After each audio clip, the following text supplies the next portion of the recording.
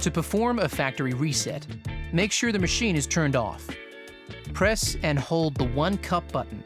Then, press and hold the power button together for 3 seconds. Press the select button. Now, your machine has reset to factory settings.